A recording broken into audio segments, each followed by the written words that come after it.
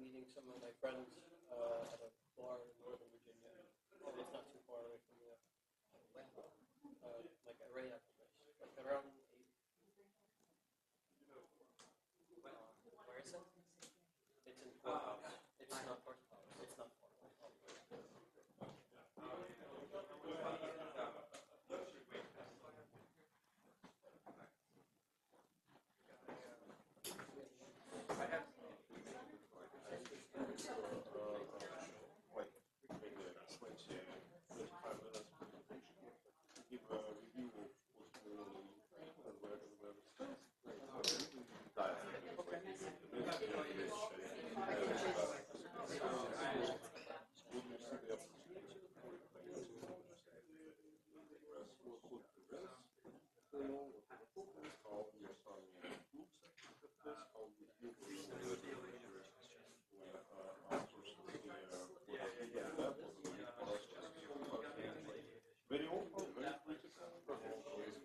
Yeah, you know, so we'll talk about that. So, do you want to stay here? Yes. So we have altogether like 2 hours. Perfect.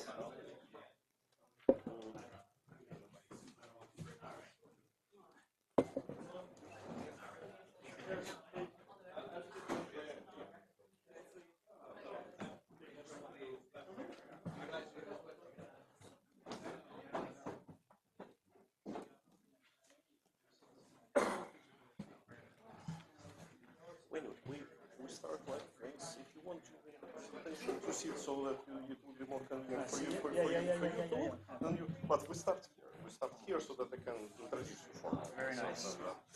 So like this. Yes.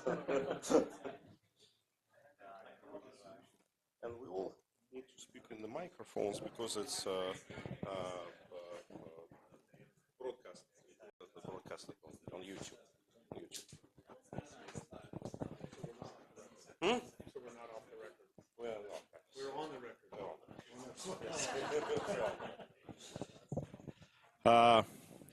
Dear friends, let's start. Thank you very much for coming today. We have an unusual topic. As you know, we here at Free Peoples of Russia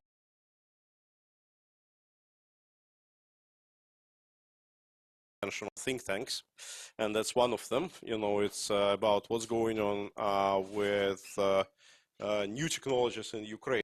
What are the strengths and weaknesses? What are the lessons learned from Ukraine's resistance from the military point of view?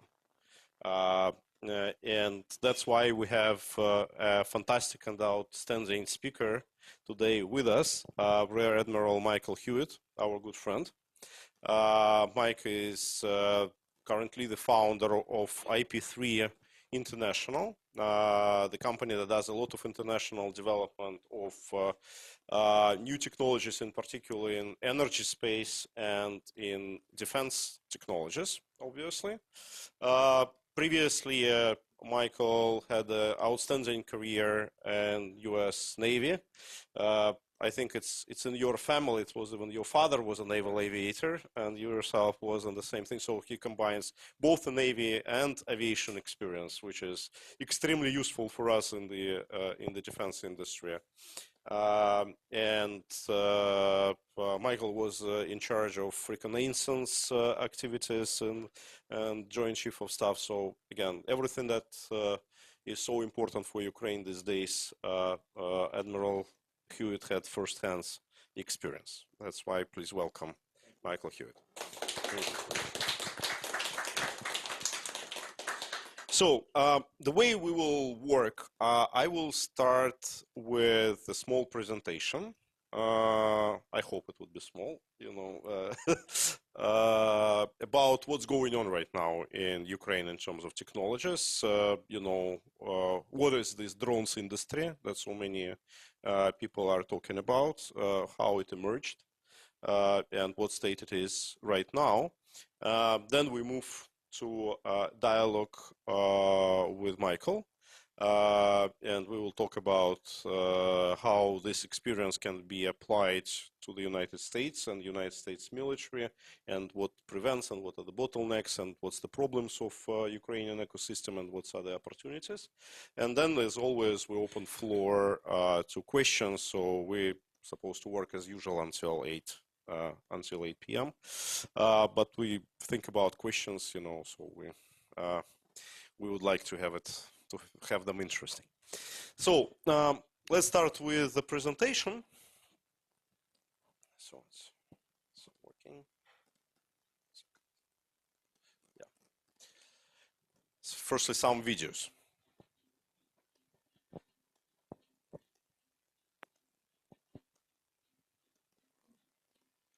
This is what was the first successful application of drones in Ukraine. It's a naval boat. This particular boat is called Magura. And these boats are responsible to sinking 1/3 of Russian Black Sea fleet. Because of these boats, Russian Navy had to evacuate its fleet away from Crimea and put it in Novorossiysk. That's all because of these units. And what you see on this picture is that the boats originally started as just the boats. Right now they can carry anti-aircraft missiles, and for the first example, when there were 2 Russian fighter jets downed in Novorossiysk,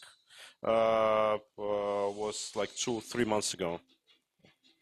And they can also work as the mothership, so they can carry other drones on themselves. So this technology we started as a very simple one is right now very actively developing. That's the actual video on the attack of Admiral Makarov frigate.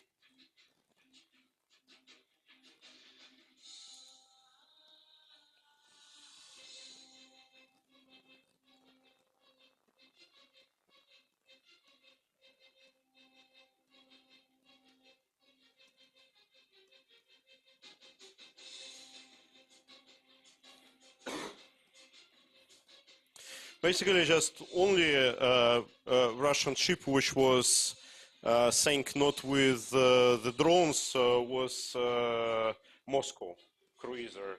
That was the one which was sank with Neptune missiles. All the rest were with the marine drones.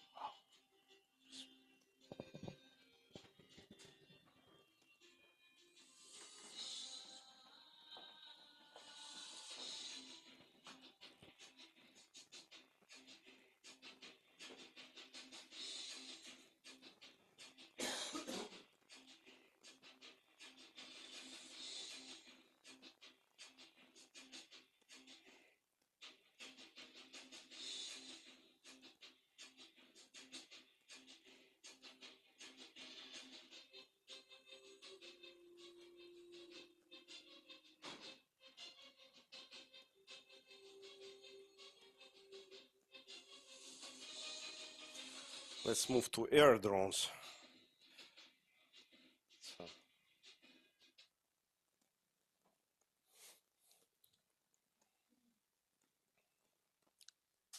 That's a famous Baba Yaga drone, which one of the most feared in the Russian military.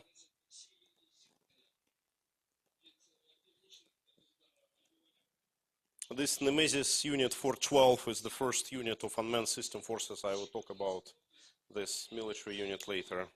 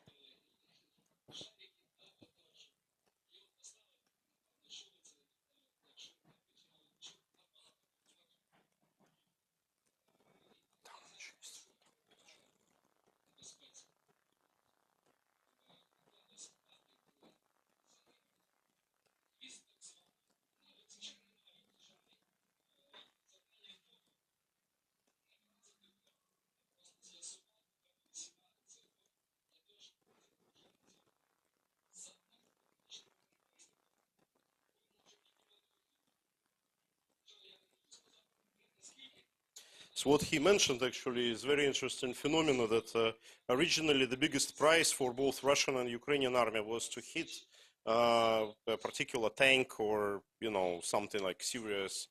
Right now they're hunting primarily for other drone operators.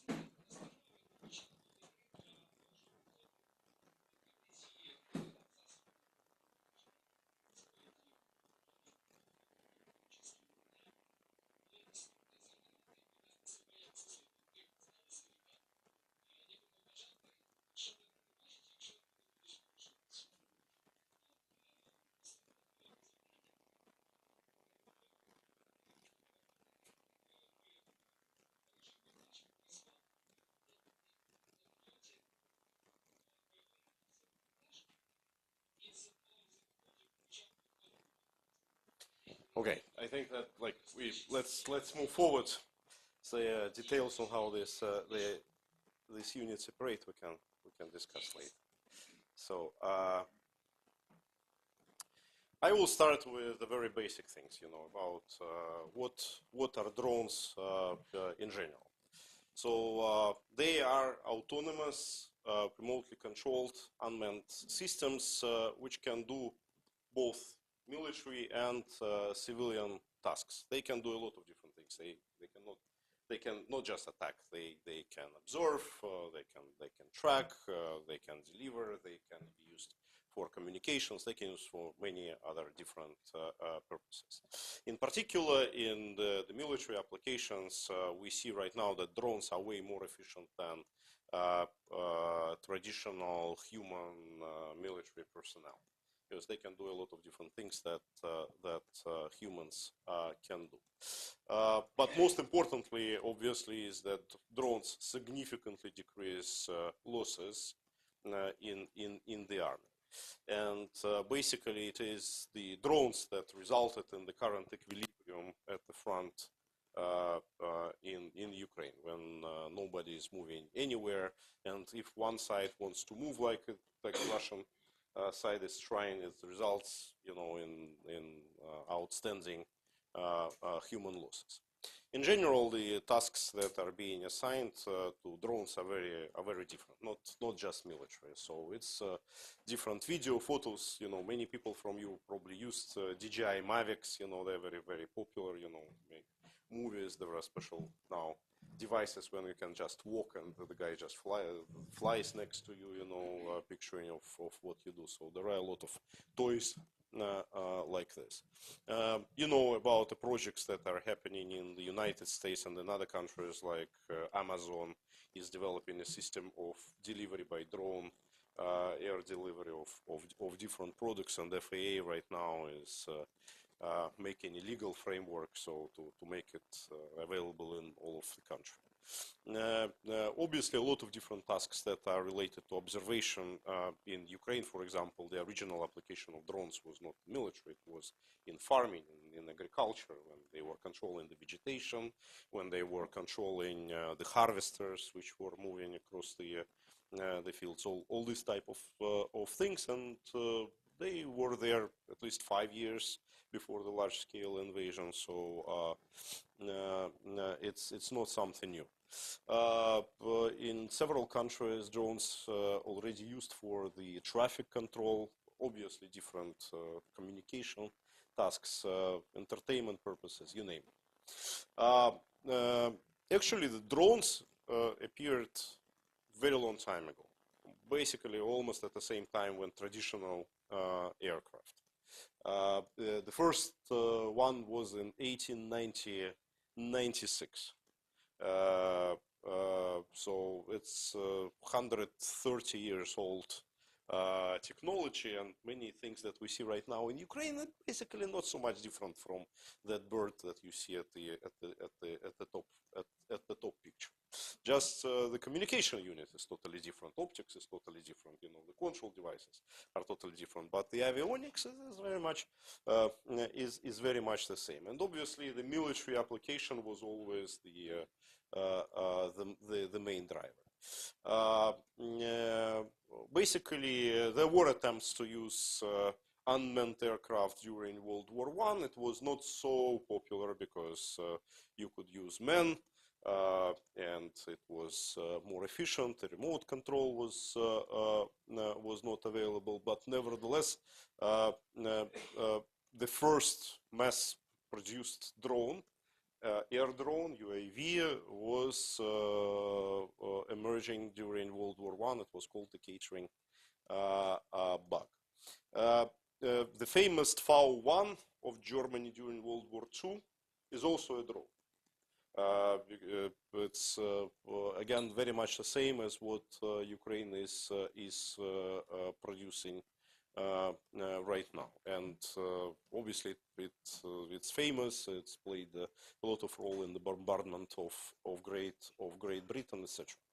Currently, the military producers turn to develop drones and to use them already for a long time, and there was already some craziness in how they would replace manpower, but they tend to replace traditional aircrafts. And even what we saw in the procurement of US military until recently, they basically were looking how to replace the traditional jet fighter or a traditional submarine. Just without a person. So they were not talking about something different, just the same thing, but without human beings. In Russian-Ukrainian war, the approach was different because they were derived from the civilian drones. The original drones that were used at Russian-Ukraine wars, the war was those DJI Mavics with a grenade, just with a scotch tape, linked to it and made as a kamikaze drone. Only later it became something specific. And right now, drones are being used in combat for attack purposes. They are being used in patrol, not as a kamikaze, but for safeguarding a certain perimeter and watching out the potential threats. They are being used as interceptors against other drones and against other air hazards. They are used to detect suspicious activity. They are used for special operations, counter-terror and law enforcement. And, this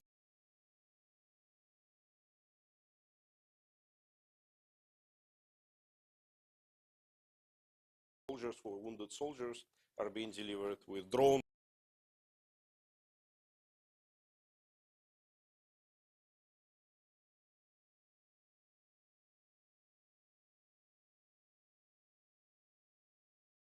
It's actually working.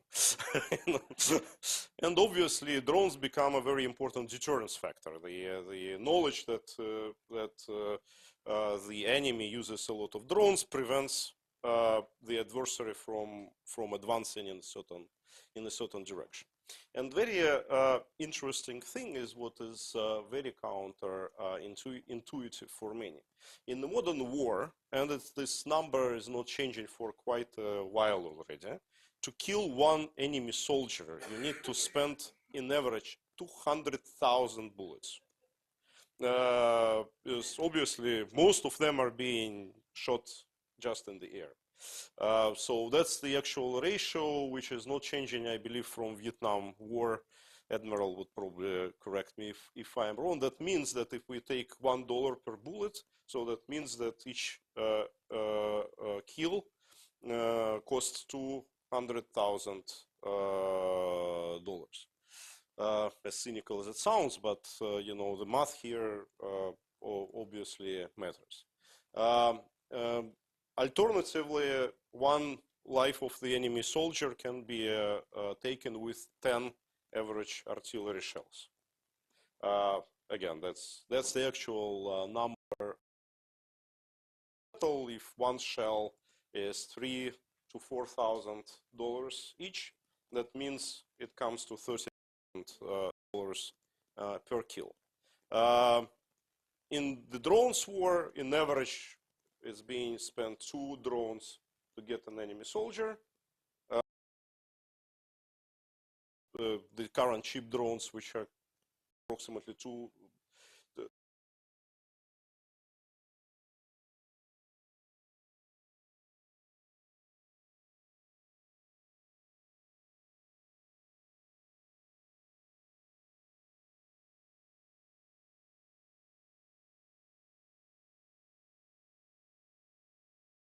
million.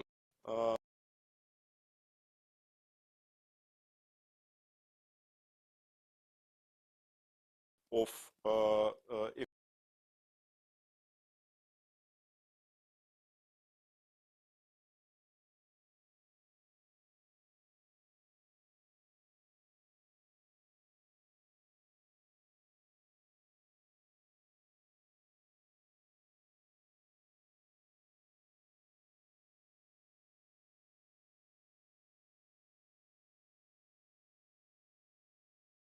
night. So actually 7 brigades can be destroyed in just one night.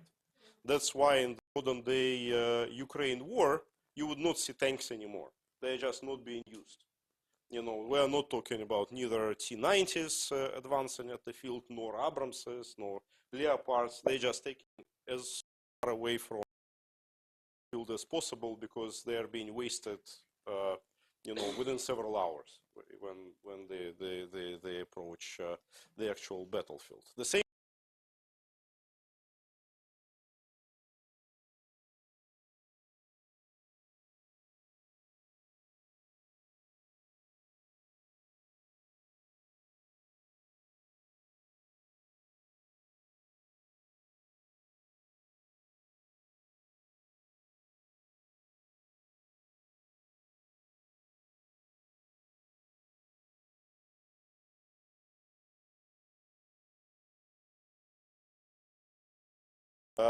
Just 2 years ago, in the Russian army were because of the artillery fire.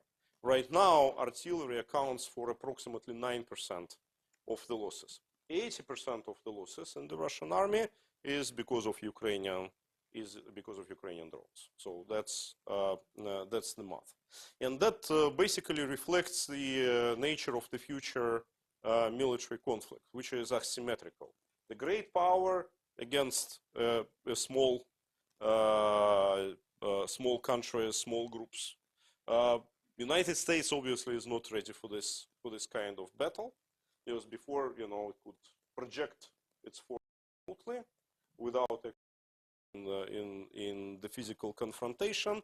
With the application of drones, we will very soon see when a lot of these terrorist groups, you know, small countries would have very inexpensive weapons, which would very efficiently deter the great powers. Also a little bit of like educational materials about the market segments for the drones. They are being distinguished by size.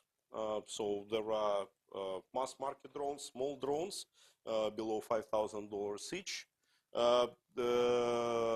And they can go up to heavy equipment which can project the power globally and which can cost millions and even tens of millions of dollars. Then they are being distinguished by distance. So there are very short range drones which are acting within 10 kilometers at the front lines, mid-range 10 to 50 kilometers, and global, you know, can be anywhere in the world. Right now, Ukraine, for example, has drones which can go as far away as 3,000 kilometers or 2,000 miles. Then type of drones. The most popular right now, the most mass market drones are FPVs, first person view. You know, the ones that you navigate with the glasses, virtual reality. They are being remotely controlled, and the pilot, just like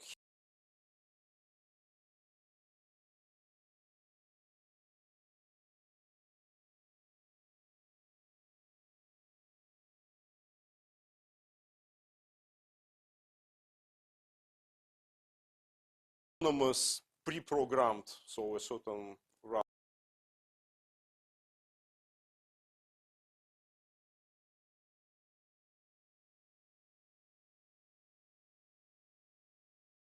Drones are fully autonomous.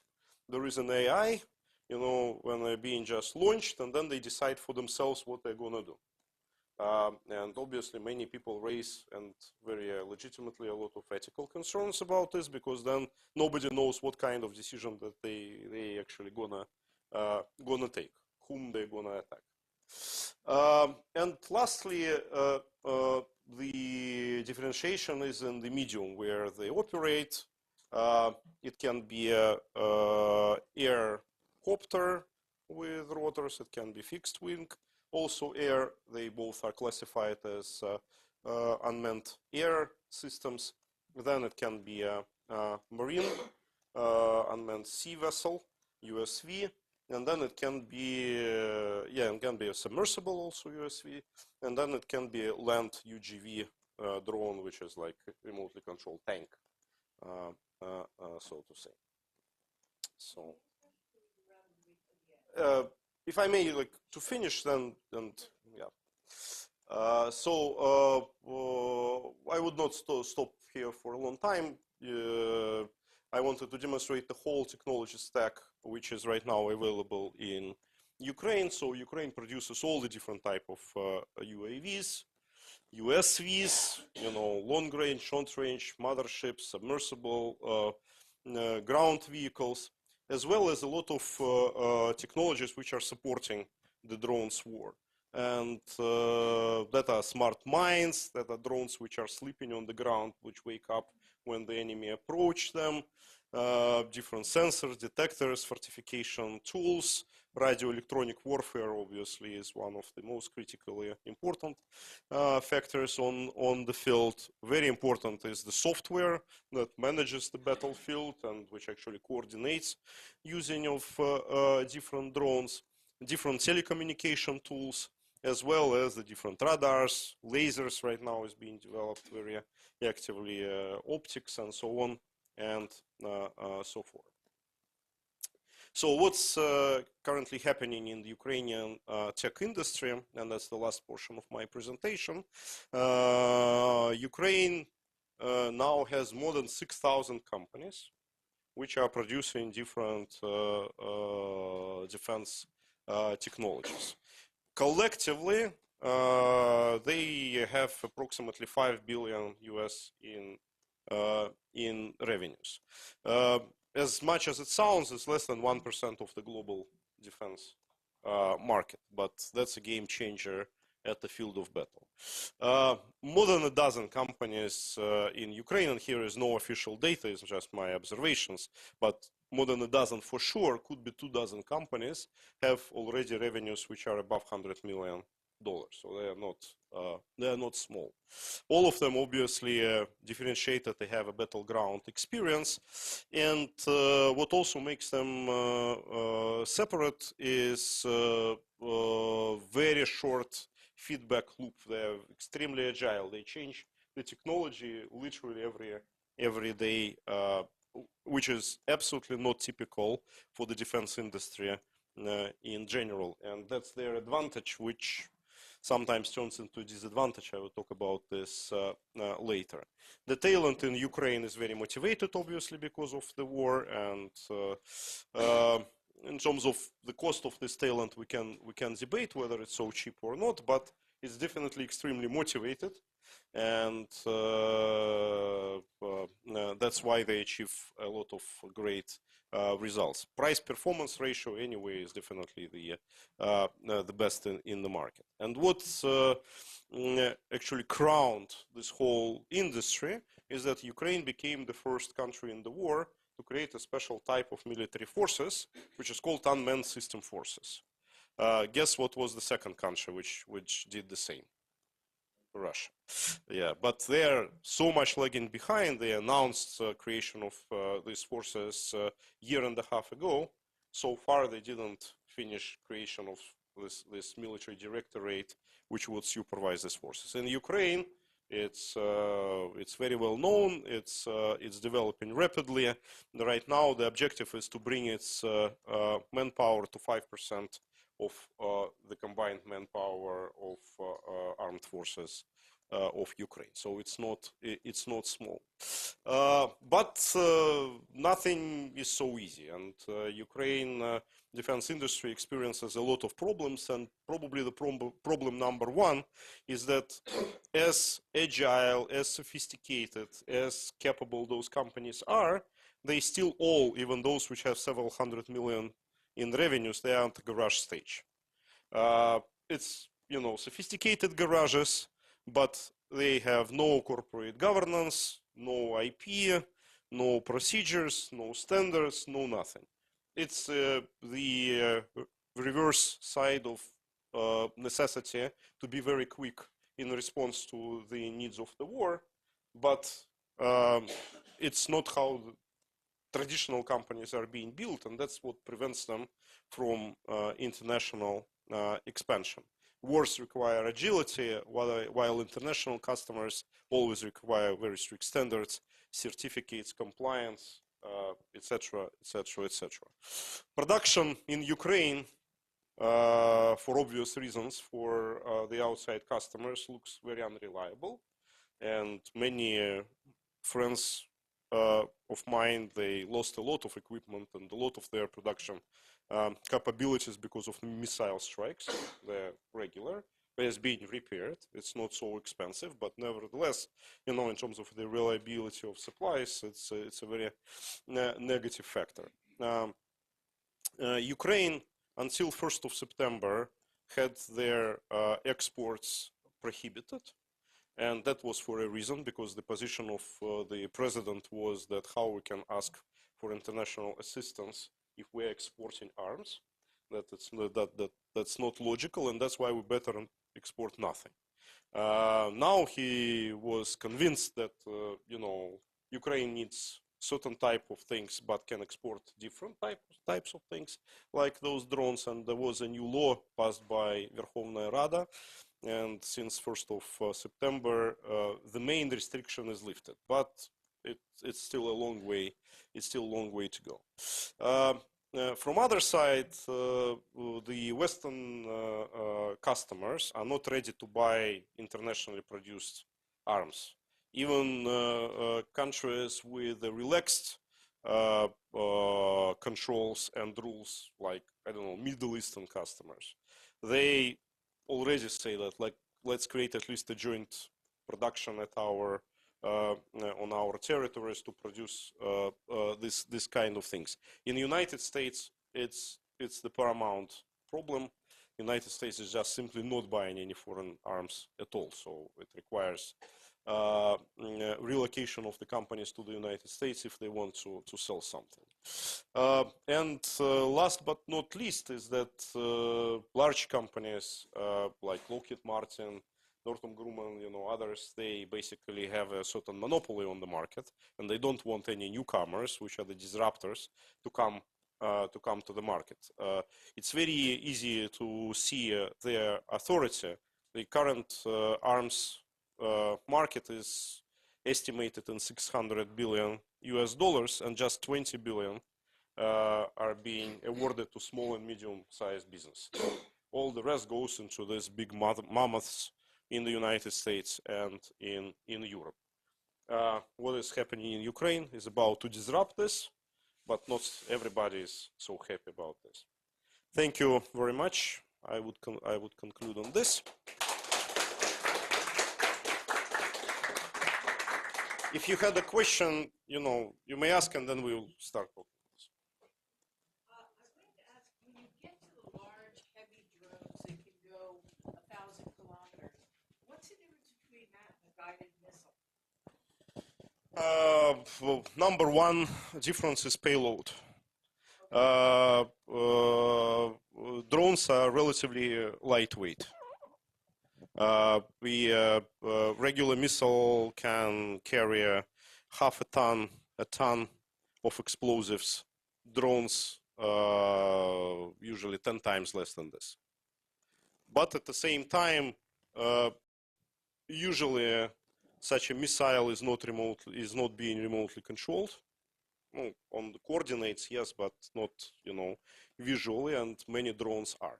So they can be, they can adjust their hit as they fly. They're scanning on the ground. Yeah. Thank you. And second question, real quick. What is the level of drone production, would you say, number of units? Ukraine currently produces approximately 4.5 million drones a year. To be compared with the US production at 50,000 drones a year. So that's plus minus the difference. But obviously most of this production is in the very small FPV drones because they are the expendables at the field. They are like loitering munition type, they're like shells, they have been spent all the time. They're actually cheaper than shells. Hmm?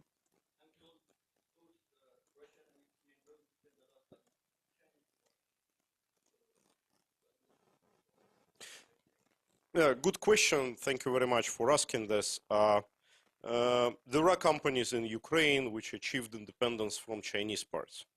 There are. But the thing is that production without Chinese parts becomes more expensive and less efficient at the same time. And most advanced looking companies, they have a certain warehouses of the spare parts, the components, so that if China decides to stop exporting to Ukraine, that we can switch to South Korea or to Taiwan or to other locations. But there is no reason to do it because it would, right now, it just decreases the efficiency. And usually the dependency is with the rotors, the engines, and with batteries. And these are not very sophisticated pieces, so they are not reporting something to Beijing. It's not about the telecom equipment or the chips, which are being usually bought elsewhere. So, and let's go to the dialogue. Let's have the last.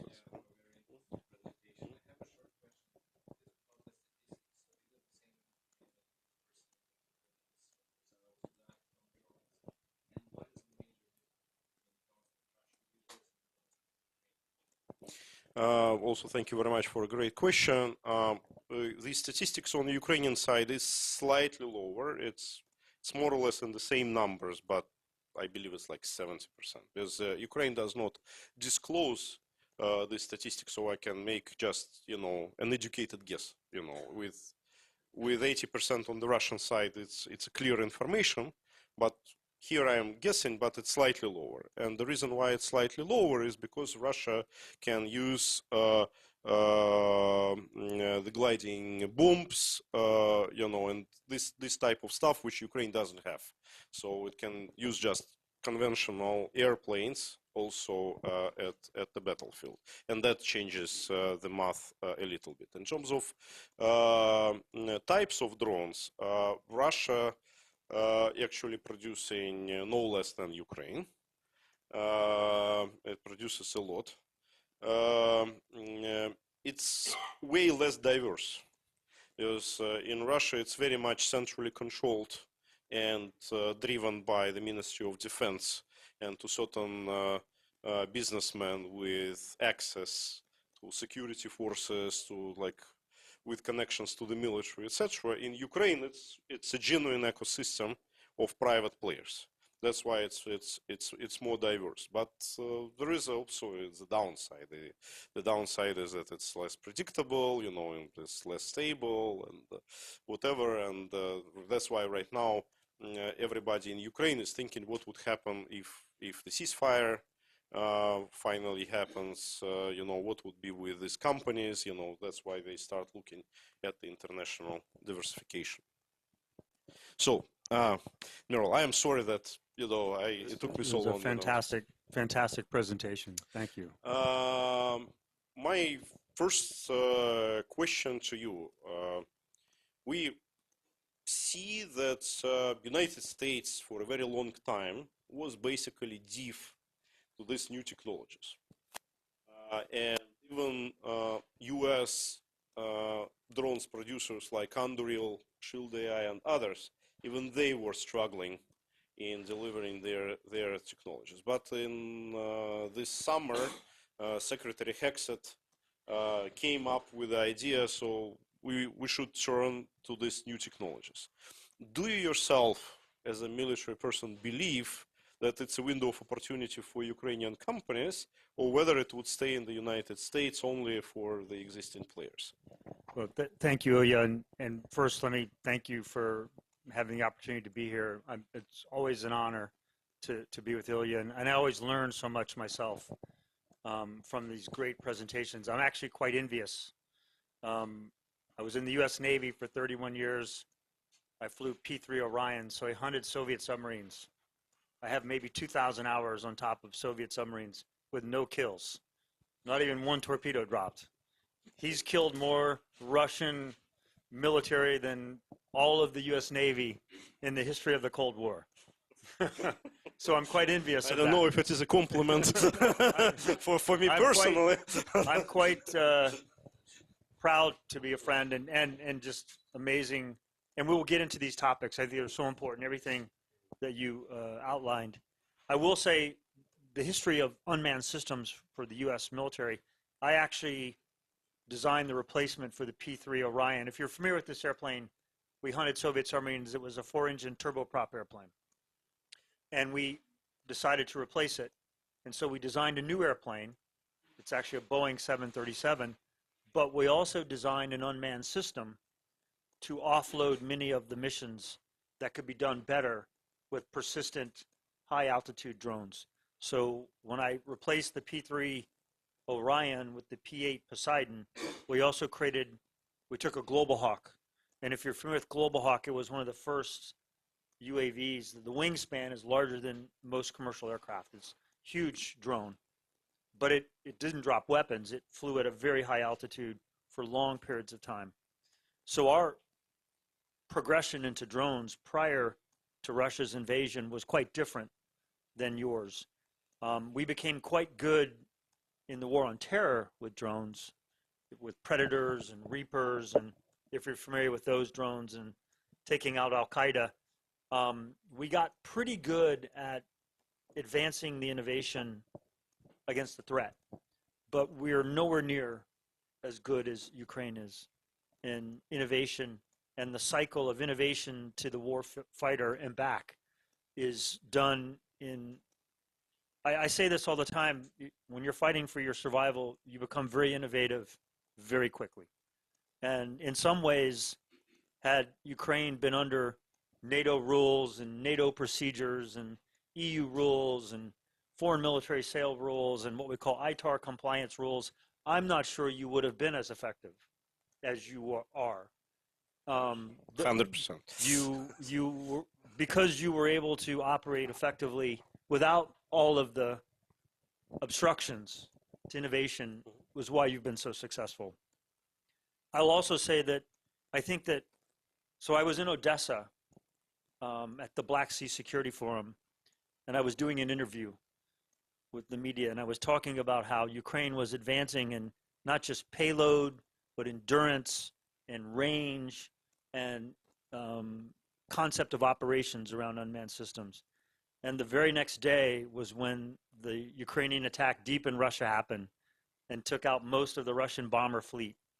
And it was so innovative. And they said, you must have known. I said, I had no idea.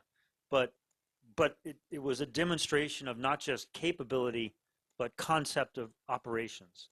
It was brilliant. So we all have a lot to learn from Ukraine, and we will. And many of the obstacles that you have outlined, we will overcome. My number one priority is to protect Ukraine's industrial base, protect Ukraine's IP, protect those companies that aren't companies, that have been so successful. And so we have to meet you halfway in reducing the barriers to entry for your companies to must become companies, but we must protect their IP. And so I know Ilya and I have been working together on creating what I was calling a victory fund. And the victory fund would be non-traditional. It would primarily be debt or what we call safe agreements, so that we don't dilute the ownership or the ingenuity of the company. But our measure of effectiveness would be, if this drone, like Magura, is so successful, I want more of it. I don't need to have a good business case, or if it makes money, I just know that it's winning the war. And if it's winning the war, we want to scale it. And we'll worry about the other things later.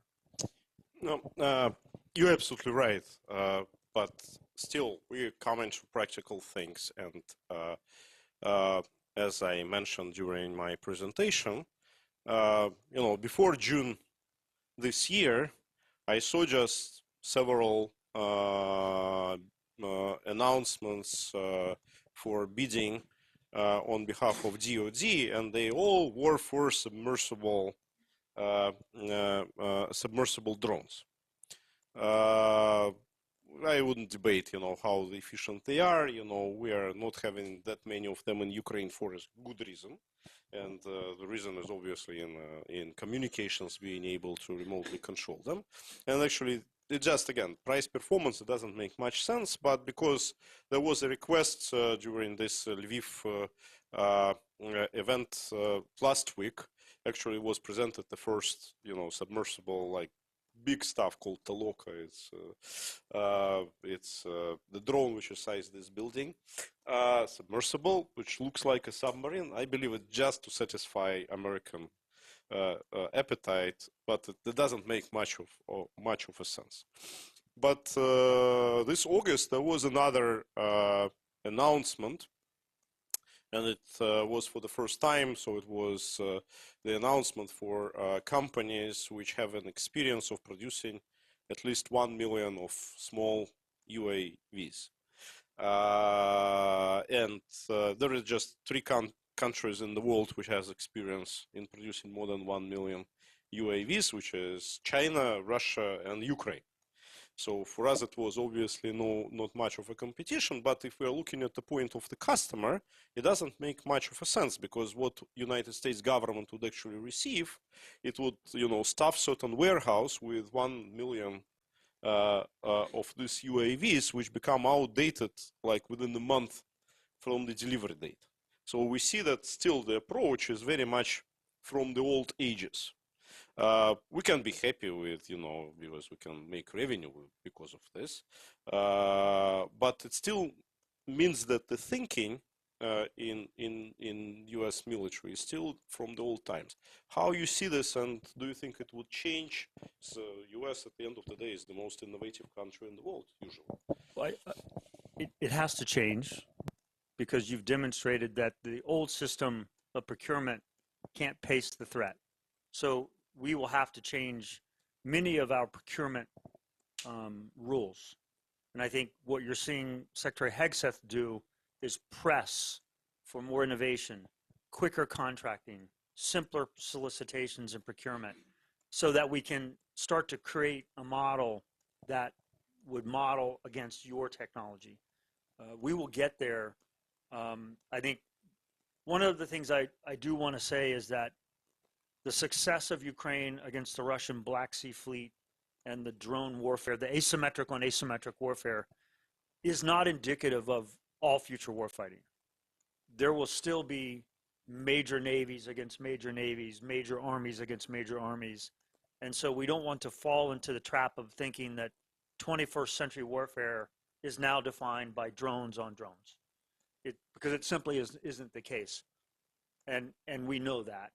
But at the same time, we need to be able to work inside of the innovation cycle.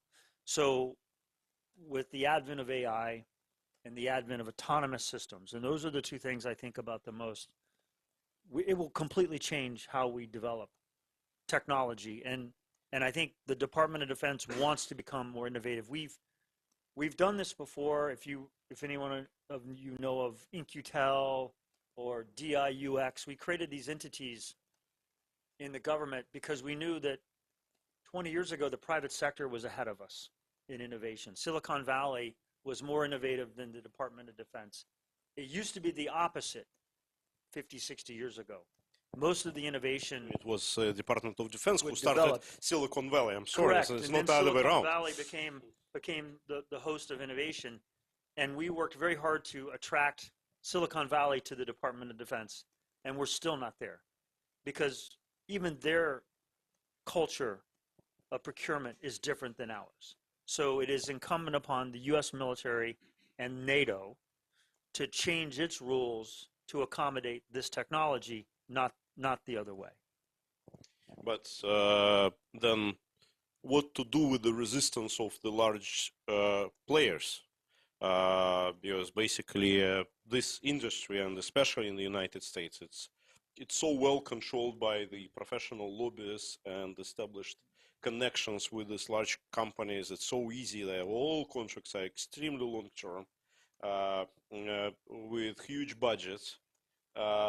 So this disruption, how it can stand this type of competition?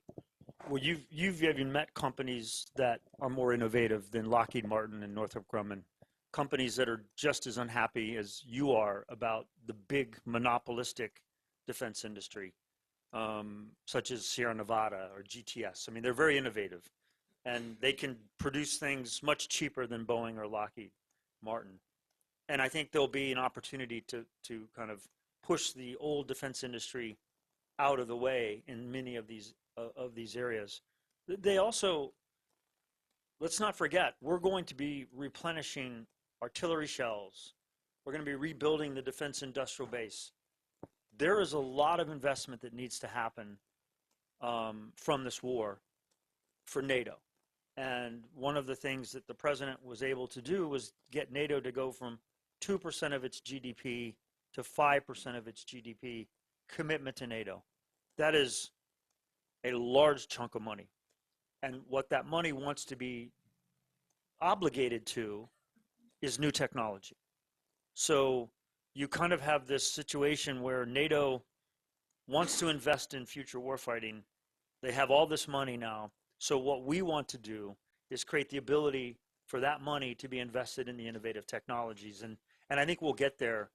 I know President Trump has been putting a lot of pressure on the Defense Department, or Department of War now, I apologize, to become innovative in contracting, in procurement, in solicitations, and find a way to, he'll be the first one to say, I don't like Boeing and Lockheed because they charge too much for things. I mean, you've watched him press Boeing on Air Force One procurement, on jet airplanes.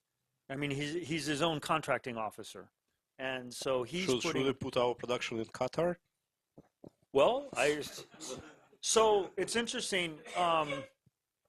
So the Middle East, and I spend a lot of time there, and we've actually hosted your company there in Bahrain. And the Middle East knows that what Russia has developed has been, in many ways, developed by Iran, China, North Korea. So it's not just Russia. It's being developed by all of these countries. And particularly the asymmetric nature of drones is what Iran has now as its primary weapon system.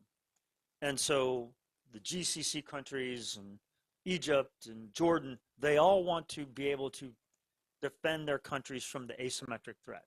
So they will be the ones that will be most innovative in bringing your technology of unmanned systems or counter unmanned systems.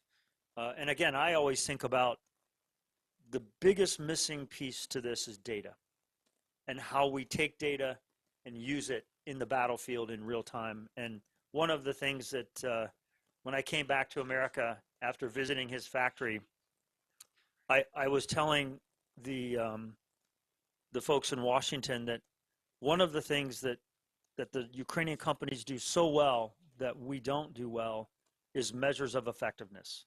So in our country, it's all measures of performance. How many missiles did I shoot? How many planes did I fly? We can talk about that all day. And how much money did I spend to do that? What Ilya's company and many of the other Ukrainian companies do is measures of effectiveness. They understand why every sortie worked, why certain sorties did not work, what failed. And then they're able to fix that failure very quickly. And so I think from a concept perspective, we have a lot to learn from the Ukrainian ability to modify, to change, and to learn much of what the Russians were doing. I think the question about China components is very true, but moreover, it's all commercial off the shelf. So even if you were to stop China, the Russians would find another way to build these drones. And I remember talking to the head of defense tech in Ukraine. I said, what's the one thing we could do that would most help you right now? He said, stop the Russians from being able to buy U.S. parts for their drones. So many of the Russian drones are full of components that are commercial off the shelf that come from companies in America. So we have to be able to continue to support Ukraine, but stop Russia's ability to use our stuff. And that's a big problem right now. No, I fully agree with this, but I think it's a separate issue. I want to touch something which is quite close to this, but from also the different angle, is the question of Europe. Because of this tariff war, European Commission made a deal to buy more of US military equipment for Europe, and actually committed quite a lot of money for this. But United States currently cannot provide this type of innovative technologies, and many of, especially Eastern European generals, they say we need those drones because that's was just demonstrated. That's the only way how we can deter a potential aggression from the Russian army.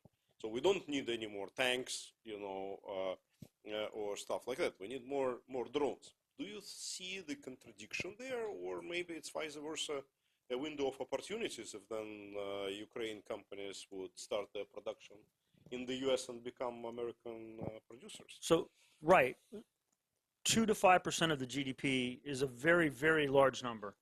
And to your point, they want to buy the latest technology with their money. But they also have to rebuild 155 artillery shell factories, and they have to build the industrial base back. And one of the biggest lessons learned is NATO depleted much of its resources on this war. And that's just this war. So we have to resource the future wars as well as the current war. And if I'm in Latvia or Lithuania right now, I would be very concerned about Putin. So we have to do two things at the same time. We have to replenish the conventional arms, which are very important to the other European nations. At the same time, we have to open up the ability to develop the innovative technology. And what I believe the president is saying is, I will commit more U.S. content to NATO. I will unshackle NATO's ability to share that content with Ukraine. And this is, I think, his way of politically navigating the war. Because remember, he won the election on getting out of wars, not keeping endless wars. Now, we can talk for the rest of the time about where are we with that, and I'm happy to do that. But I think for now, what he's trying to do is rebuild the industrial base as fast as we can, because we don't know Putin's next move. But we do know this: we are very much undersupplied right now in scale, in basic artillery shells, bullets, ammunition, uniforms. I mean, the basics. We're under scale. So we have to think about that, and at the same time plan the next war. We tend to always buy for the last war. We tend to always resource what we thought we did last time. So now we're trying to do both. And I do think if I was talking to President Zelensky right now, I would say you should do everything you can to open up your technology through the U.S. to the international market. Because I think you're more protected that way than just going out to the international market. So that's what I think our goal will be over the next 3 to 6 months. Well, as you know, we're here totally on the same page, but when President Trump recently was saying that, okay, Ukraine is to buy 400 billion US of military equipment from the United States, and we are to buy 50 billion worth of these drones from Ukraine. What did he mean? Well, I think he's trying to set the conditions for the deals. And No, because we are asking then Pentagon guys, and it's like we have.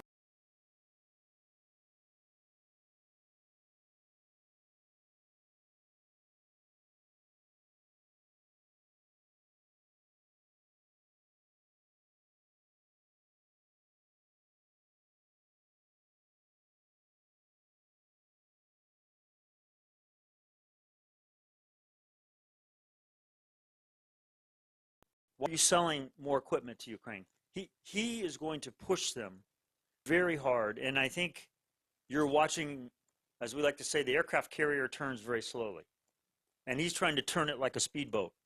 So we will see how this goes, but he is very much on top of your strategy, and he wants it to be a two-way deal. He wants it to be where we sell things and buy things together, and build out our industrial bases. I co-hosted the Ukrainian Reconstruction Summit last week, and we talked a lot about this, and that I want Ukraine.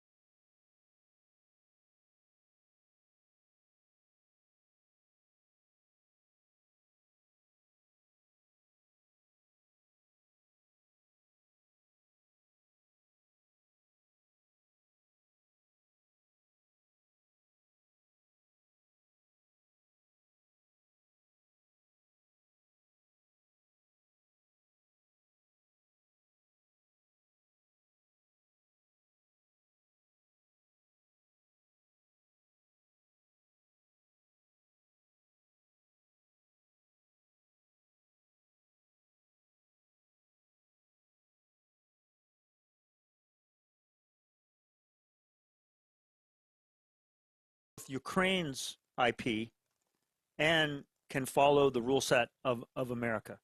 This is not easy, as you know. You have been doing this for a year and a half or 2 years in America. We have to come up with a way that my number one concern is protecting the IP of these 2,000 drone companies, because those monopolistic big companies will gobble them up, steal their IP, leave them with nothing. Obviously. So the enemy is actually the defense industrial base. Mhm. At the same time, I think we will come up with a procurement strategy, probably through our special forces, probably through the special forces or JSOC, or maybe even the intelligence community, because they can move much faster than, say, big Army or big Navy. So I think you'll see a trade and procurement this year, not to scale, but the first real procurement of Ukraine technology through the special forces community. But I still think it requires President Zelensky to do some things on his end to make that happen. I think they are happening. Okay, so we will open the floor to the questions. And, okay, who will start? Then you. We need the mic.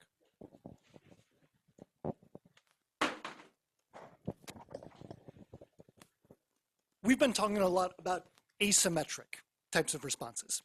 If Ukraine actually had access to a NATO standard air force, and I'm not talking about just planes, I'm talking about NATO pilots maintained by NATO crews, dropping NATO munitions on certainly Russian occupied territory and potentially even Russian territory. How significantly would that change the situation on the battlefield? I've been on the record. I've been on the record on this for 2 years. We asked Ukraine to fight a war that we would never fight ourselves. The U.S. military would not fight what is only can be known as a combined arms campaign, which is what's happening right now. We would have never fought that war without air cover, without significant forward deployed air cover. And what we've really done is asked Ukraine to fight a war we would never fight. So I think what you're going to see, hopefully, is more support in the traditional way that you're describing. Will you see NATO pilots flying in Ukraine airspace? Possibly. I think we should still go back to a no-fly zone. I mean, if you were to ask me, one of the things we should have done before the war started, we said we're putting a no-fly zone in place. And we could do that without flying into Russian airspace. We could even do that without flying in Ukraine airspace. But that's something NATO could have done. But again, the NATO countries and the United States at the time did not want to commit to the very challenge they asked Ukraine to fight, which is a war we would have never fought. So let's see how, as this thing drags on, and it will drag on, this is not going to end in the next week or two. And I talked a lot about this, about the ceasefire. I don't think the ceasefire is a good idea, because to me, the ceasefire just lets Putin rearm. And I don't think Putin could take that back to his own country. So when we were all watching in Alaska that we thought there was going to be this ceasefire, and Trump was saying ceasefire, I don't think he thought through what a ceasefire is versus what a peace agreement is. And so we're going to go through that. But I would hope that if this drags on much longer, that we start to commit more and more of our NATO resources. And remember, the United States is part of NATO. So we could say, look, we will resource the NATO countries to fight the war with U.S. equipment. So there are lots of ways for us to be innovative about supporting what I think may become necessary, which is what you're describing.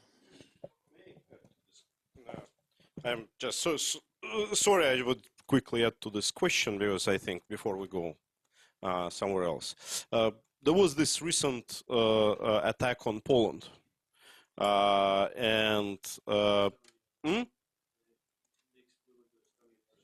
Yeah, no, right, but today was different, because today it was MiG-31s in Estonia airspace, and that's the different story.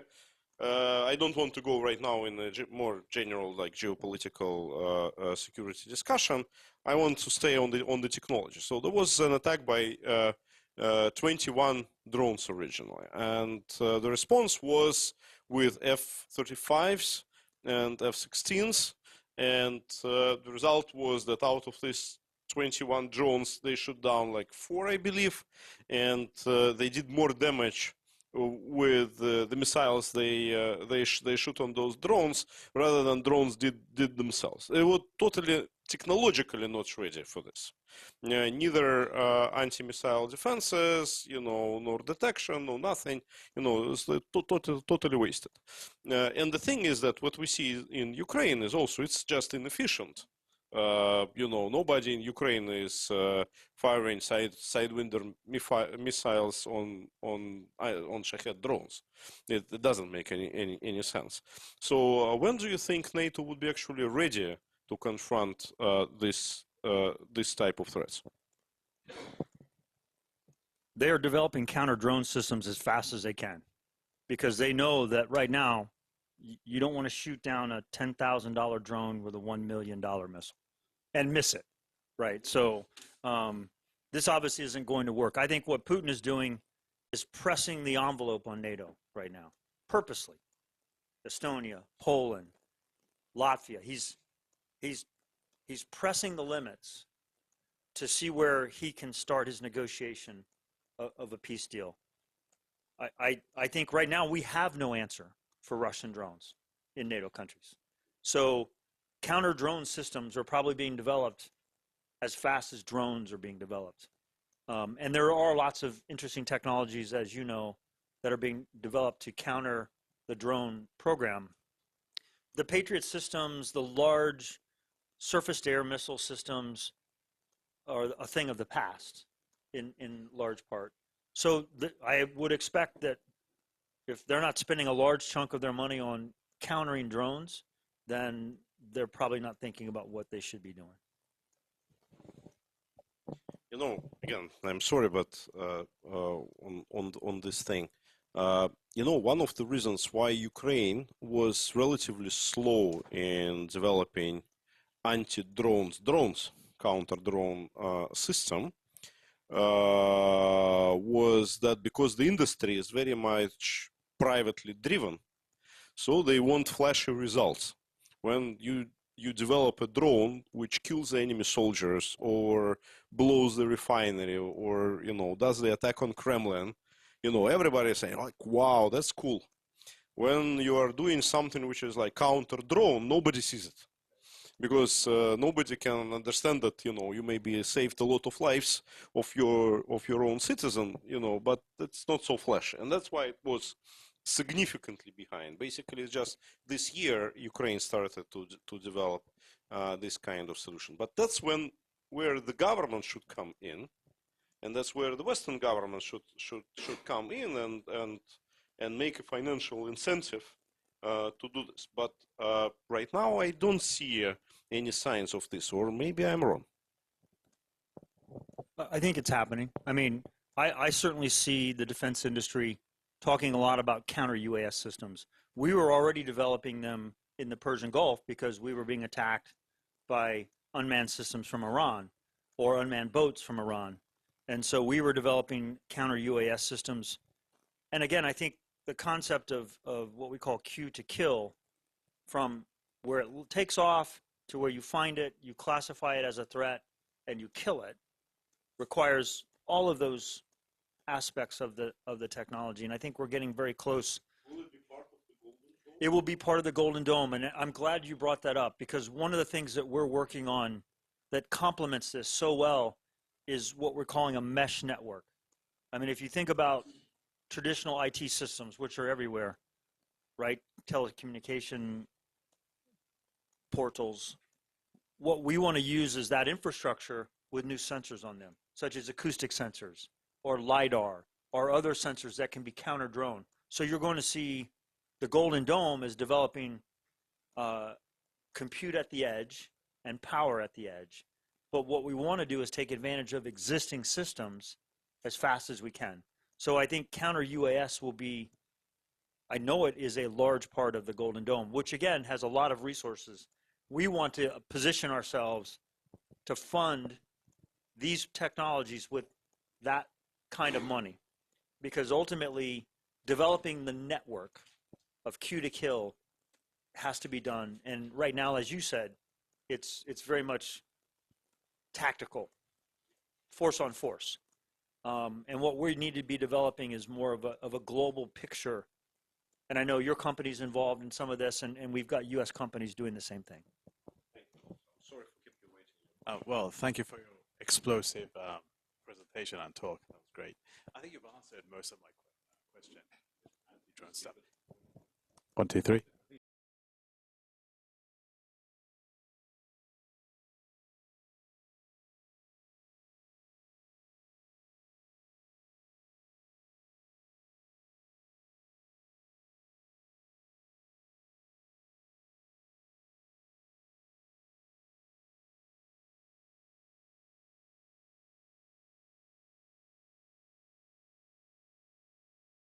So what are your counter-drone current systems? And how effective are they?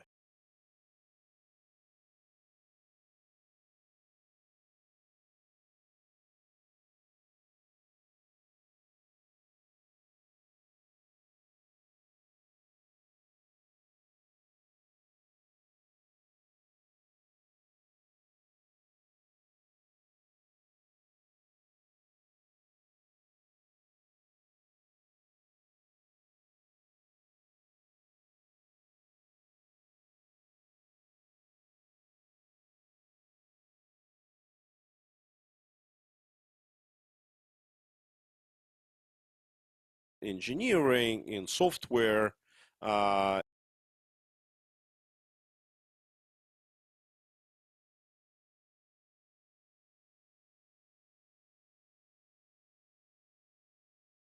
and others not working is because of radio electronic warfare of Russian Federation, which is the most sophisticated in the world, and which is extremely efficient. And even with some like pretty sophisticated technologies of United States that were introduced to Ukraine, like switchblades, you know, Ukrainians at the end of the day stopped using them because they're inefficient because of radio electronic warfare. So Ukrainian systems are way more resilient, but all this stuff is quite cheap. So you rather do a very distributed production. So all those companies that I was talking about in Ukraine, they have a very distributed production across the country. They have dozens of production sites, and usually they are in some underground locations, literally in the garages, you know, in some very weird places which you would never guess. Small piece here, small piece there, and then you can produce the stuff. The warehouse is also like very distributed. So the defense would be more expensive rather than, you know, distributing this stuff. So it's that's why only this year actually Ukraine started doing defensive technologies, as I said. Thank you very much. Just The mic. should I pass it to him? Yours. Okay. Thank you. And then Mutlu. How, in terms of weapons and technology, how has corruption in Ukraine hindered their ability to, you know, get the necessary equipment that they need? And what is your sense on how the administration is, you know, handling that? I mean, I don't want to pick on Ukraine, single it out, you know, but corruption has long been an issue there, and I'm just wondering if that's carried over to their warfighting effort. Well, that's probably also for me, and then I start and then you will say. Yes, you see, the drones industry and all this like innovative technologies, it's very much like civil society, which nobody wants to mess with. You know, because the noise, you know, the pushback would be too much, and that's why this area is relatively clean. Obviously, there are also some issues, and those issues more they related to okay, some companies may be treated more favorably than others, but you know, it's not so significant. And I know people who are like committed enemies of the presidential administration in Ukraine, Zelensky, and still they're getting huge procurement allocations for the technologies that they do. And you know, if before the large-scale invasion for all decent Ukrainians and representatives of Ukrainian elites, you know, it was usual to have some restaurant of his own. Right now, it's usual to have a drones company of his own. You know, that's what everybody does, and it's working. Obviously, there are issues because the war, lack of transparency, some people are using it for their benefit, but probably not in the innovation space. My personal opinion is that the corruption is vastly overblown when it comes to fighting this war. There was a DoD IG report maybe a year ago or so, and the headline read, $1 billion is missing in support to the Ukraine war. But then as you read down, of 44 billion, and this was in the first 6 months of the war when we abandoned our embassy, so we had no ability to do anything other than flood equipment in to fight the war. And by a U.S. standard, that's pretty damn good. I mean, I will tell you right now, I could point around this town, there's billions of dollars missing in this town. So, Really? No, I didn't mean to pick on. but I'm just saying that no, it's It's not like the president. in the defense procurement world. I mean, a country that's fighting what we were unsure of would be a 10-day war or a 3-year war. We flooded the system with equipment, with hardware, with everything we could provide. And the accounting of that was non-existent because we abandoned our own embassy, which would have been the normal checks and balances that we would have provided. So I think that part of it is vastly overblown. I would add, though, that the corruption in the system is still there. I think it's at a lower level. I think at the highest levels, it's been really addressed quite effectively. A country at war, you know, is trying to survive, and maybe the accounting systems aren't keeping up with the procurement. But again, the whole nature of this war is one of commercial off-the-shelf build it quickly, resource it fast. And again, there's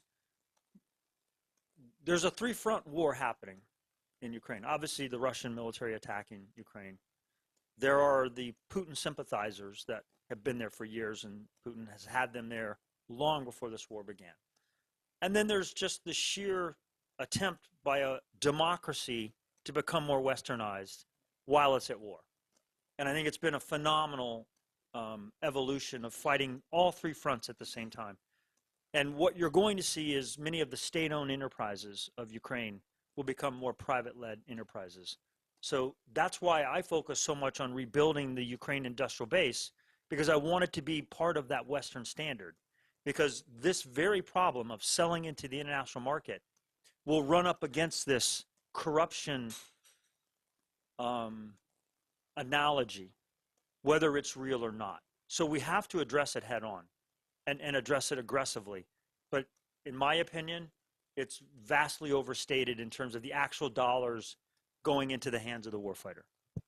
Does privatization inherently decrease corruption, you think? Becoming more of a free market enterprise and a Western free market enterprise by its very nature will decorrupt the system. And that's why I'm so focused on what I call winning the war by winning the peace. And I wrote an article on this. And to me, you win the peace by economic entanglement between the West and Ukraine. And Ukraine certainly has a lot to give to the West. But we want to set the conditions so that corruption doesn't become the limiting factor. I've listened to countless J.P. Morgan, Goldman Sachs discussions about forming a Ukrainian Reconstruction Bank or Ukrainian Reconstruction Fund, and all this money that's going to come into Ukraine, except for the war, and except for corruption, and except for this and that. They're not really actually trying to create a reconstruction plan. It's up to the private sector, in my opinion. And with this NATO increase in money, I want to take advantage of that to help westernize Ukrainian defense industrial base, which I think is, by its very nature, will remove these false barriers to entry of corruption. So I do think the private sector and the rigor and the discipline of the private sector and making money, right, can get rid of corruption, and or at least reduce corruption to a Western scale.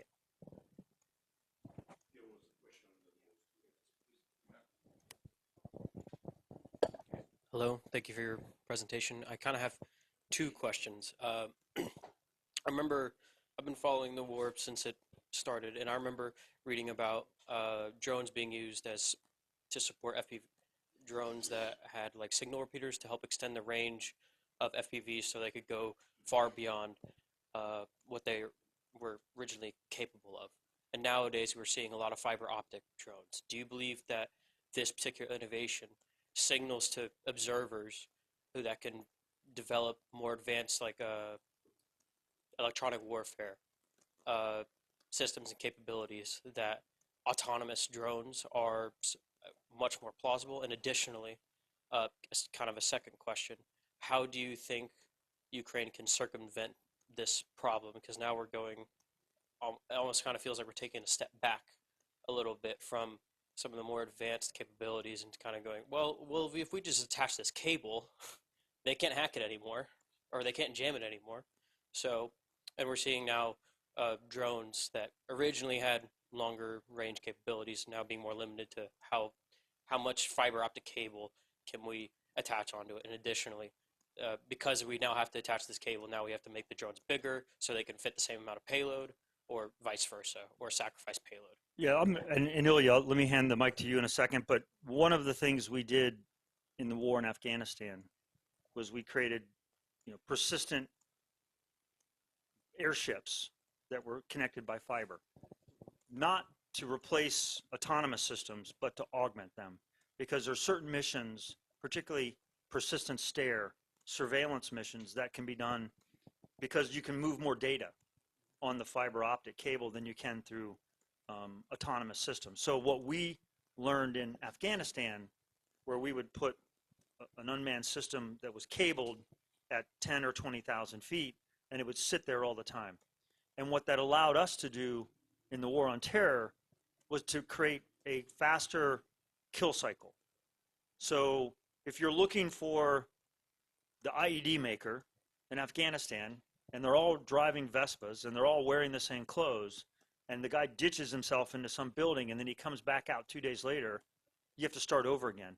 But if I can create this persistent intelligence, surveillance, reconnaissance that builds up a database, then the more autonomous systems can be more effective. So I don't think it's an either or. I think it's more about how we evolve the mission to go from that cue to that kill more effectively. And I think that the fiber optics is allowing us to do that. But it certainly won't replace the autonomous systems. And the last thing I'll say on autonomous systems, everybody's so nervous about, oh, you removed the man in the loop, and now this drone could go kill anybody it wants. Not really true. I mean, very effectively, very easily, you create a kill box, and you say, anyone that's in that kill box is a bad guy. A tank, an artillery rocket system. So autonomous systems, what they allow you to do is to get through the EW problem that the Russians have. So their EW problem is or their capability is so effective. So by having an autonomous system that doesn't need a man in the loop, and I can fly it to a position without any support from anybody, and then it can turn on its sensors, and it can operate within that box with certain rule sets, then I think that's where autonomy works quite well. I agree on the autonomy, but in general, this problem that you are raising, the problem of a shield and the sword, that's like eternal problem in all the defense technologies. What was happening in Ukraine? Russia traditionally had a superb radioelectronic warfare, and Ukraine from one side was inheriting some from the Soviet Union, but it didn't produce any at the very beginning. But because of the private nature of the industry, so Russian technologies were very concentrated, heavyweight armored trucks based devices, which were limited in numbers, while Ukrainians produced a lot of decentralized, maybe not as sophisticated, but enough to disrupt relatively primitive drones at the very first stage of war, and that totally neutralized Russia's offensive capabilities of what they had, while preserving Ukrainians. That's how Russian army came first with fiber, which was really their first major innovation in this area, and that's where Russians were first, ahead of Ukrainians. Secondly, Russia started to use more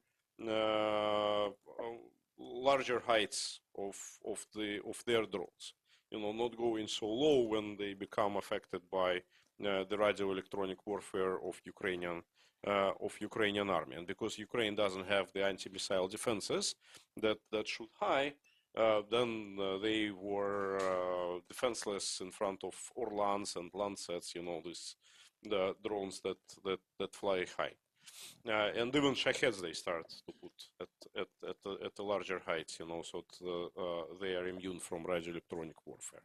Now again, Ukrainians came with their own solution and also started producing the same fiber, but it's not the solution that solves all the problems. And if we are thinking about, say, ISR capability, fiber would not be used in this. You can use it in the different configuration, and that's what U-Forces produces, having the same quadrocopter, which is connected by the cable to the ground, which basically like a tower, sits on one position, but is not as efficient as the fixed wing aircraft, which could be for the whole day, somewhere there up in the sky. So fiber is patching certain needs. Ukraine right now is at peers with Russia, but it would be more new innovation coming in. It's like always happening. Thanks again. It's incredible to hear you all's insights. I'm kind of stuck on the making money part. I don't quite see, from a private financing perspective, how you do project a return on investment, an ROI, when it sounds like Ukraine is pretty much its own market. You're consuming what you produce for your defense. So where is the excess capacity that you can outsell to a market in order to start to have a profit margin? I know you have a good answer as well. Well, the market is so undervalued for what Ukraine is doing right now.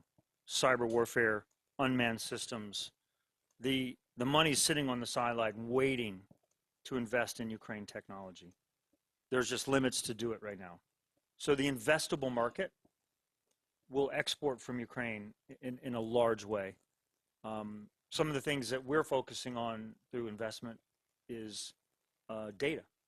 I mean, my big focus is AI and building AI systems that can understand and become predictive and learn from all the unbelievable information that's being collected by these unmanned systems and developed. So I think the investment opportunity in non-kinetic space, and what I mean by that is electronic warfare, counter UAS systems, cyber warfare, AI development at scale, hyperscale. I work on nuclear power for AI. That's as a class of capability, because I know that the advances in AI will change completely the investable market using the drones. The drones will become sensors and nodes to a much larger landscape of collection of data in real time. So I think I've said this before. I think Ukraine is going to be an economic miracle in terms of investable opportunities beyond the things we talk about, such as minerals, but in the human capital of AI that they have created. Every one of these drone capabilities can be re-engineered to do non-military things, almost probably 10 to 1. And so what I think the investable market will be is in the human capital, in the ingenuity, in the data that they have collected and what they have learned that will go far beyond unmanned systems. So hopefully that kind of gets into how I see the profit making. And is your predicate that the Ukraine can do it cheaper than, say, the U.S. developing its own capability, or Denmark, or et cetera, et cetera? I mean, where is their competitive edge outside of the Ukraine? Selling outside of the Ukraine. So, well, the competitive edge is that they're doing things that the market can't do right now in terms of development cycles, spiral development, lessons learned, building new systems, getting them back in the hands of the warfighter. The concept of what I call pacing the technology and pacing the threat are things that Ukraine is uniquely able to do that we could not do. And much of that is coming from the fact they're fighting for their own survival. But a lot of that comes from what I believe to be the culture of the Ukrainian engineering skills. I mean, much of these skills resided in Ukraine before the war. A lot of AI companies from Ukraine weren't in Ukraine. They were developing other things, and they came home to re-engineer their AI capability into supporting their country. So I think that Ukraine is uniquely positioned for what they're doing. Now we have to scale it and protect the IP. And just real quick, what about chips? Where are you getting? I would assume some of the unique value added is in the actual circuitry, not just assembling these things. Right. Like, if you mean by circuitry, the control devices, telecom devices, then you're right. Yes, we do produce our own communication stuff and communication protocols and jamming, anti-jamming, spoofing and anti-spoofing. And there is a lot of innovation there. But obviously, Ukraine does not produce its own chips and stuff like that. It's using ready-made stuff. But it's like the same thing. Like Cisco is not producing their own chips, you know, but producing the routers. The same thing is with what Ukrainians are doing in this regard. But I wanted to come back on your original question, and there is one answer which is kind of on the surface and very easy to see. Is Ukraine's competitive advantages, obviously, you know, price performance, agility, and above everything, battleground experience. And these are the three things where Ukraine is unparalleled. But my answer is that there is something which is actually bigger than all three of this. Ukraine right now is a true disruptor of the defense technologies, because Ukraine can move to providing peace as a service and war as a service. It goes beyond providing the products. And that's why I was stressing this thing about the first in the world unmanned system forces as part of Ukrainian military. That's a step in that in that direction, because at the end of the day, what the country wants security. In the time of peace, it wants to create to have deterrence opportunity, which can be changed quickly enough to match the threat that the country is facing, to deter that threat. And that's what Ukraine can do, because Ukraine can easily scale up the number of drones, upgrade them to match the technical capabilities of the adversary, scale down when it's not needed, you know, put something to sleep. Right now we are working with Eastern European nations to develop drones capabilities for their territorial defense forces, so for amateur paramilitary groups, you know, just residents of the areas which are next to the border, so that they can have these drones in their backyard and they would be activated automatically, centrally, you know, in case the threat arrives. And that's what we call as peace as a service. At the time of war, it's the same thing. We are not operating with Ukrainian military in terms of how I was mentioning Department of Defense say, like, give us 1 million drones. Nobody is asking, you know, give us 1 million drones. They're asking us, you know, how many missions per night you are ready to fly, how many armored vehicles you're ready to destroy, how many enemy military personnel you are ready to destroy, you know, what is the area that you are capable of patrolling. That's the service that is being provided, and that's a true innovation in this thing. And if you know how the investment industry is working, it always appreciates particularly this thing, the transition from the product model into a service model. It results in tenfold jump in the valuation of the companies who are able to provide this kind of thing, and that's what Ukraine can actually bring to the market.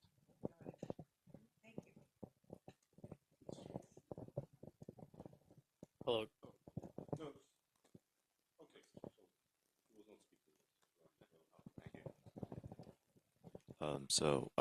Thank you, and I'm super happy to be here because, first of all, I'm a Chinese dissident, so it's very good to be here.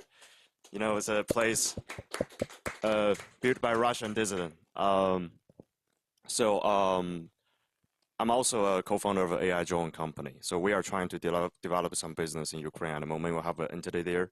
We have a representative there. So you mentioned about the AI drone and the autonomous system in Ukraine. I think it's very true because that's a very unique advantage of Ukraine, because they can do a very quick iteration cycle.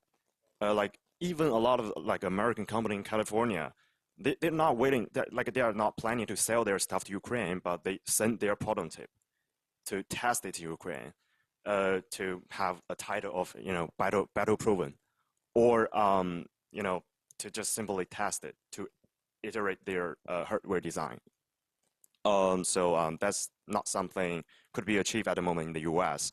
And I was just thinking that there should be a good standard to evaluate whether a U.S. AI drone company is successful or not, is to see if they can enter Ukrainian market. Because at the moment, a lot of not a lot.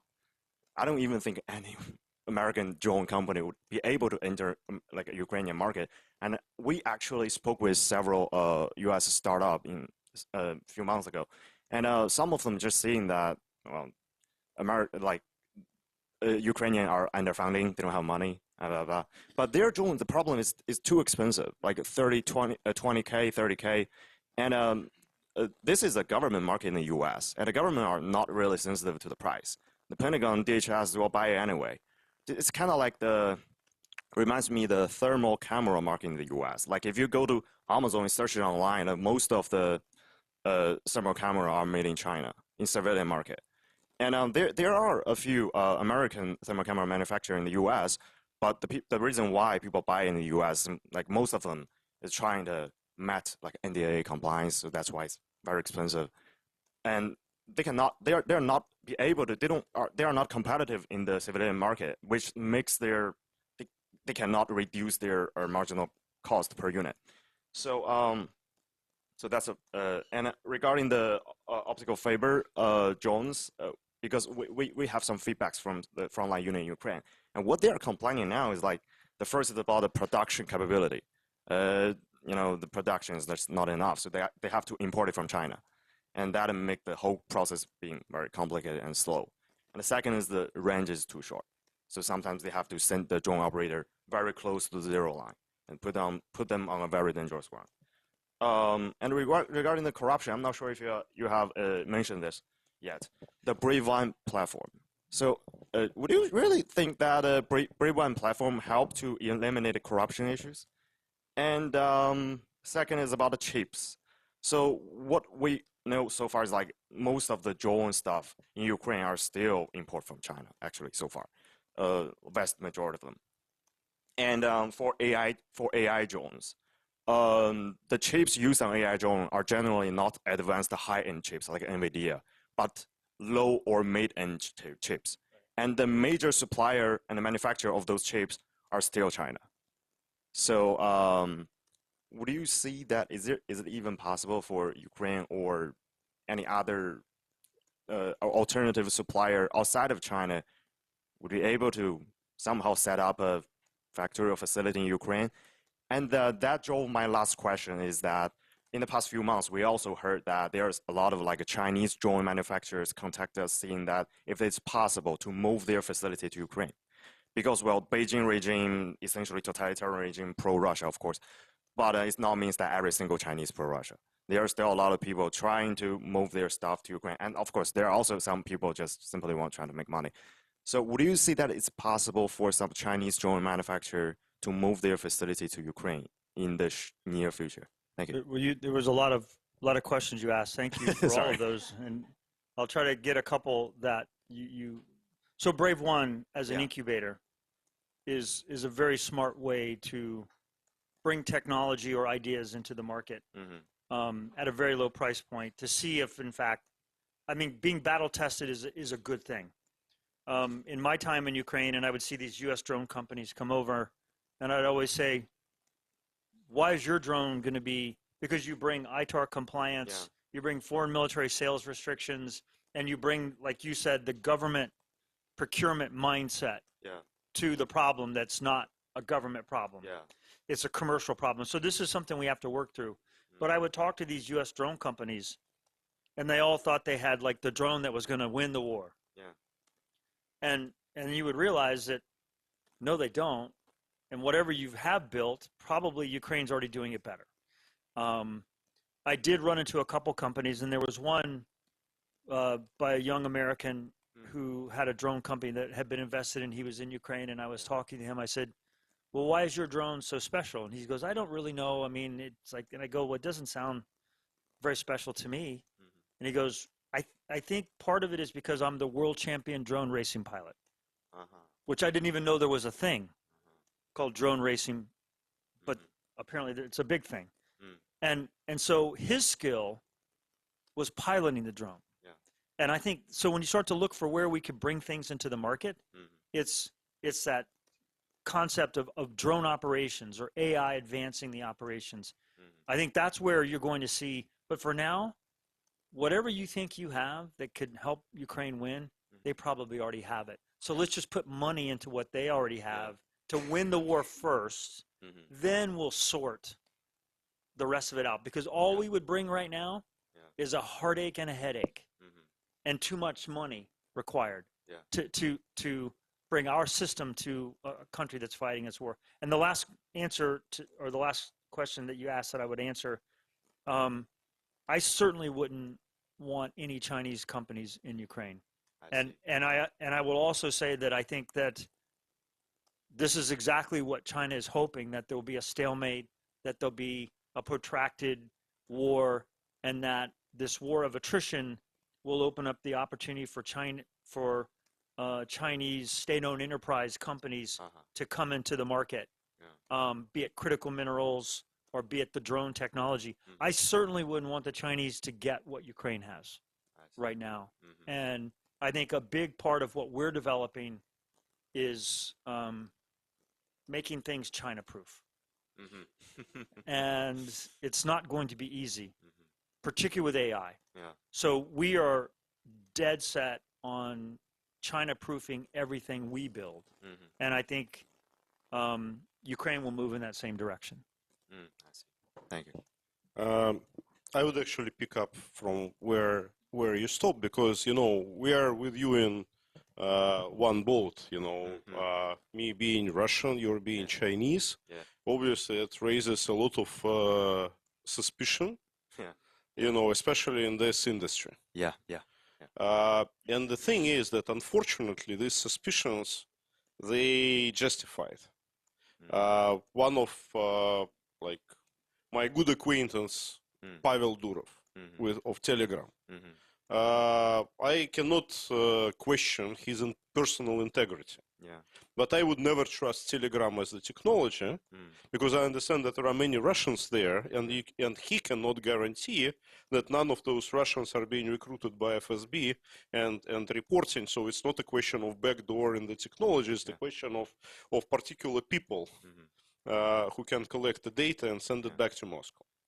And that's why when I would be facing a Chinese company, even if it is run by a dissident, well-known, verified, lie detector whatsoever, I cannot be certain that there is nobody inside the company who could provide this backdoor, unfortunately. That's the reality that we need to face, and that's one thing.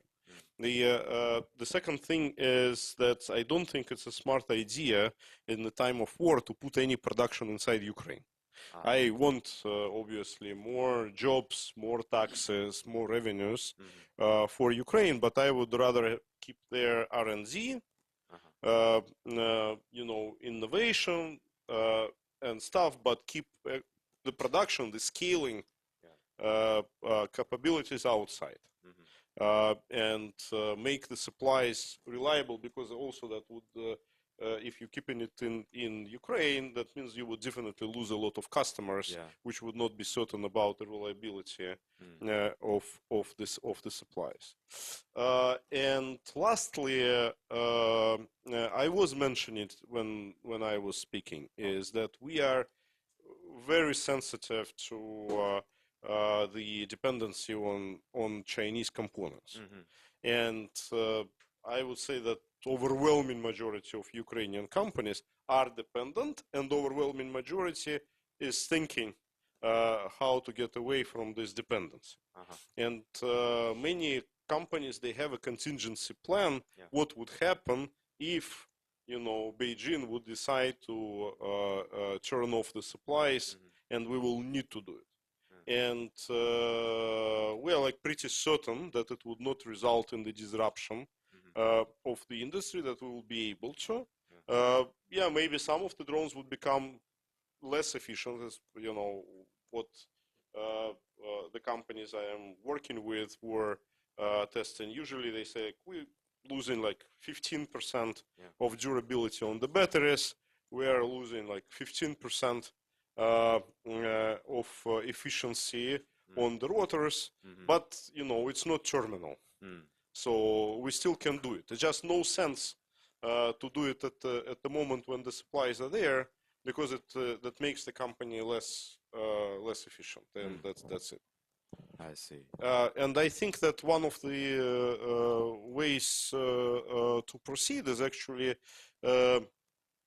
one of the potential large customers for Ukrainian industry is Taiwan. And the beauty of Taiwan in terms of, you know, this type of military cooperation, all countries in general, all countries that they want procure defense technologies, they want local production. There's no exception. Everybody wants it. But Taiwanese understand that because they are small, so they are vulnerable, and if they put the production in Taiwan, it can be disrupted at any moment if God forbid China attacks. That's why they are ready to put some of the production outside, and it could be in the United States. And that could be the solution to the problem that you're saying. Friends, we now hitting 8 p.m. Thank you. Maybe if somebody has important question, or we just go to have a private conversation and ask them privately. But then pick up the mic, please. So I'm just curious how the Ukrainian companies are developing drones that can operate in GPS denied or jammed environments. Because if you will remember the situation with Stanislav Petrov, when he prevented the potential nuclear situation when the Soviet Soviet early warning system detected the false alarm of missile launch, and how in the modern days with AI, drones actually operate in the GPS denied environments. First of all, there are 3 different systems right now on the market, and usually these communication units, they switch from one system to another. Then they use geolocation by GPS, GSM towers. Then, you know, many systems, they have inertial coordination system, which means they're tracking where they were previously, you know, and then reconstructing the trajectory without communicating with the satellites, waiting until the moment when the communication is restored. But it's not as precise, and on the distances of hundreds of kilometers, if you're losing GPS signal, you can still like get in the range of several dozen meters, but not in several meters.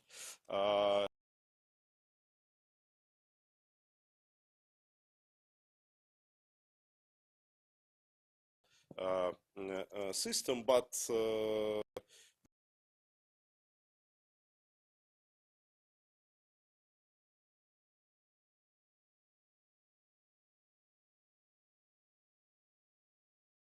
differences. But in general, it's the technology. That's what many people are working on, and that's again one of the key know-hows of Ukraine is actually firstly how to make it more efficient. Secondly, is how to trick the enemy to change the coordinates. Colleagues, thank you very much. I think, Michael, you were fantastic, and I think it was a very interesting conversation. I think that we will continue talking about the new defense technologies in the future, because this is something like really shaping the momentum. And I think that you know, we all may live in a different world a couple of years from now because of what we are speaking about here. We're definitely living in a different Ukraine than it was 3 years ago. Admiral, thank you very much.